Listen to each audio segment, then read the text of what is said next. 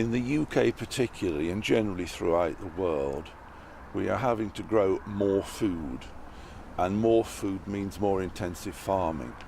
So where back in the 1940s or the 50s we had smaller farms, we had more hedgerows, we had more wild corners, until the more modern tractors which can plough right up to the edge of a field, where there were turning circles called headlands where wildflowers grew, and all these little spots of wildness all provided a habitat and forage, both nectar and pollen, not only for bees but for other insects too.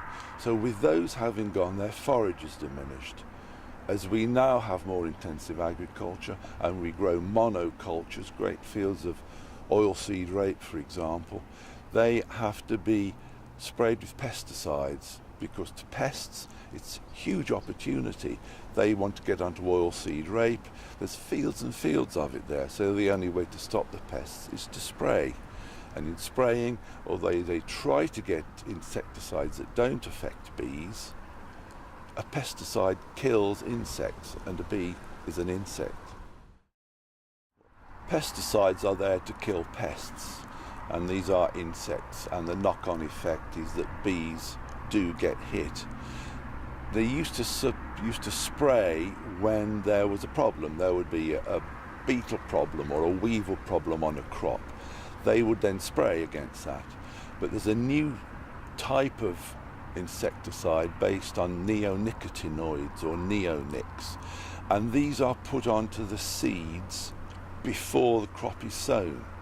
So this neonic is coated onto the seed is sown. As the plant grows, every little part of that plant carries part of this poison, because that's what it is a poison. They said originally, the manufacturers, people like Bayer and Syngenta, that it did not affect pollen or nectar, but it does. And not just the effect on killing the bee, it has a sublethal effect, that the bees ingest enough not to kill them, but to disorientate them, so that when they fly out, their navigational ability is impaired, they can't get home again.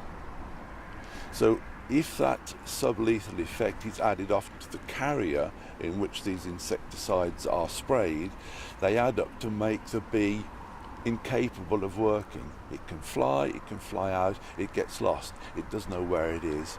And so you get bees struggling. They can't get home, they can't keep the colony going, the colony fails. If we want to try and reduce the amount of pesticides we use, we ought to start with the farmers who produce our food and deserve a decent living, and try and get them to farm in a more environmentally friendly way, be less aggressive to those insects or plants which they don't like. A lot of farms are now moving in that. English Nature runs a stewardship scheme whereby farmers get paid for being more environmentally friendly. And you can't blame farmers, they're not always the bad guys in this. They have to produce food for us, and we want food at a reasonable price. So we're putting pressure on them. But if farmers do begin to farm in a more environmentally friendly way, have more crop rotations, choose any pesticides that they have to use selectively, and only use them when they're required, not put them on in case there's a problem, that will help.